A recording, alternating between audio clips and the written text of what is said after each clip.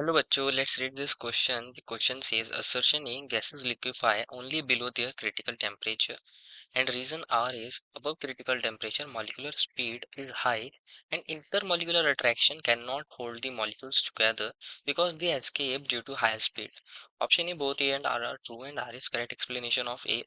Option B is both A and R are true but R is not correct explanation of A. Option C is A is true but R is false. Option D is A is false but R is true and option E is both A and R are false. बच्चों हमें यहाँ एक assertion और एक reason दिया है और हमें बताना है कि यहाँ हमारे पास कौन सा इनमें करेक्ट है। दोनों भी करेक्ट हो सकते हैं तो क्या रीजन हमारा करेक्ट एक्सप्लेनेशन होगा हमारे असर्शन के लिए, और दोनों इनकरेक्ट भी हो सकते हैं। तो फर्स्ट ऑफ ऑल बात करते हैं इस क्वेश्चन में हमारे की कंसेप्ट की, और की कंसेप्ट क्या होगा बच्चों, हमारे पास क्रिटिकल टेम्परेचर। क्या होगा बच्चों हमारे पास क्रिटिकल टेम्परेचर। बच्चों अगर हमें गैसेस को लिक्विफाई करना होता है तो हम क्या करते हैं, प्रेशर को अप्लाई करते हैं, टेम्परेचर को डिक्रीज करने की कोशिश करते हैं। तो हमारे पास गैस से अगर लिक्विफाई होना है, अगर गैस को लिक्विड में कन्वर्ट करना है, उसको लिक्विफाई करना है, तो हम क्या करते हैं, प्रेशर को अप्लाई करते हैं, प्रेशर इंक्रीज करते हैं। प्रेशर इंक्रीज करने से क्या होता है समझते हैं फर्स्ट ऑफ ऑल, देन हमें क्रिटिकल टेम्परेचर समझना है। होता क्या है, अगर हम प्रेशर को अप्लाई करेंगे, प्रेशर को अप्लाई करेंगे तो एक्चुअल में क्या होता है, मान लीजिए मेरे पास ये एक गैस का कंटेनर है, इसके अंदर ये मॉलिक्यूल्स है। ये कौन है बच्चों, एक गैस का कंटेनर है। इसके अंदर मॉलिक्यूल्स दूर दूर होते हैं क्योंकि यहाँ inter molecular forces of attraction कैसी होती हैं, वीक होती हैं, और इंटर मॉलिक्यूलर स्पेसेस ज्यादा होती हैं। Inter molecular forces of attraction की बात करें तो यहाँ पे बहुत वीक होती हैं, ऑफ अट्रैक्शन वीक होती हैं, वीक होती हैं। और इंटर मॉलिक्यूलर स्पेसिस कैसी होती है, मॉलिक्यूल मॉलिक्यूल के बीच में स्पेस ज्यादा होती है। और अगर बात करें हमारे पास अगर लिक्विड हो तो लिक्विड के अंदर क्या होता है, हमारे पास intermolecular forces of attraction कैसी होती हैं, कंपैरेटिवली हाई होती हैं। कैसी होती हैं, हाई होती हैं। ये लिक्विड था हमारे पास। तो अगर हम प्रेशर को अप्लाई करते हैं हमारे गैस के ऊपर, अगर हम प्रेशर को अप्लाई करते हैं तो क्या होता है, हमारे मॉलिक्यूल्स पास पास आना स्टार्ट हो जाते हैं। तो उनके बीच में intermolecular forces of attraction increase हो जाती हैं, हाई हो जाती हैं। और उनके बीच की जो इंटरमॉलिक्यूलर स्पेसेस होती हैं, जो ये इंटरमॉलिक्यूलर स्पेस है, ये डिक्रीज होने लगती है। इंटरमॉलिक्यूलर स्पेस डिक्रीज होने लगती है तो वो लिक्विड के अंदर कन्वर्ट हो जाता है।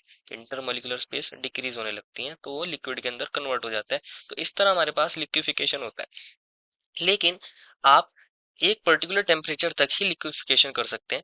अगर आप उस टेम्परेचर से ज़्यादा टेम्परेचर पर रीच करते हैं और आप चाहे कितना ही प्रेशर लगा लें, हमारी गैस लिक्विफाई नहीं हो सकती। उसी टेम्परेचर को बोलते हैं हम क्रिटिकल टेम्परेचर। वो टेम्परेचर जिस टेम्परेचर के ऊपर हमारी गैसेस लिक्विफाई नहीं हो सकती, above which gases can't liquefy, above which gas can't liquefy, मतलब जिस टेम्परेचर के ऊपर हमारे पास गैस का लिक्विफिकेशन पॉसिबल नहीं है, above which gas can't liquefy, उसी को क्या बोलते हैं हम, क्रिटिकल टेम्परेचर बोलते हैं।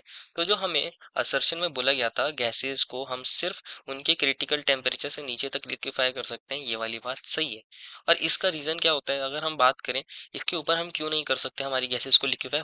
होता क्या है, अगर हम क्रिटिकल टेम्परेचर से अबव रीच करते हैं, अगर हमारा टेम्परेचर हम बढ़ाते हैं, क्रिटिकल टेम्परेचर से ऊपर ले जाते हैं, टेम्परेचर को इंक्रीज करते हैं, तो क्या देखा जाता है, जो हमारे पास मॉलिक्यूल्स होती हैं, मॉलिक्यूल्स की जो स्पीड होती है वो भी इंक्रीज हो जाती है। क्योंकि मॉलिक्यूल्स की जो स्पीड होती है वो हमारे पास टेम्परेचर पर डिपेंड करती है। जितना ज्यादा टेम्परेचर होगा उतना ज्यादा मॉलिक्यूल्स मोशन करेंगे, उतनी ज्यादा उनकी स्पीड हो जाती है। और अगर इनकी स्पीड बढ़ गई, इनकी स्पीड इंक्रीज कर गई, तो हमारे पास जो इंटरमॉलिक्यूलर फोर्सेज ऑफ अट्रैक्शन होते हैं, जो हमारे मॉलिक्यूल्स को होल्ड करने का काम करती हैं, वो कैसी हो जाएंगी, डिक्रीज हो जाती है। Inter molecular forces of attraction, forces of attraction कैसी हो जाती हैं, डिक्रीज हो जाती हैं।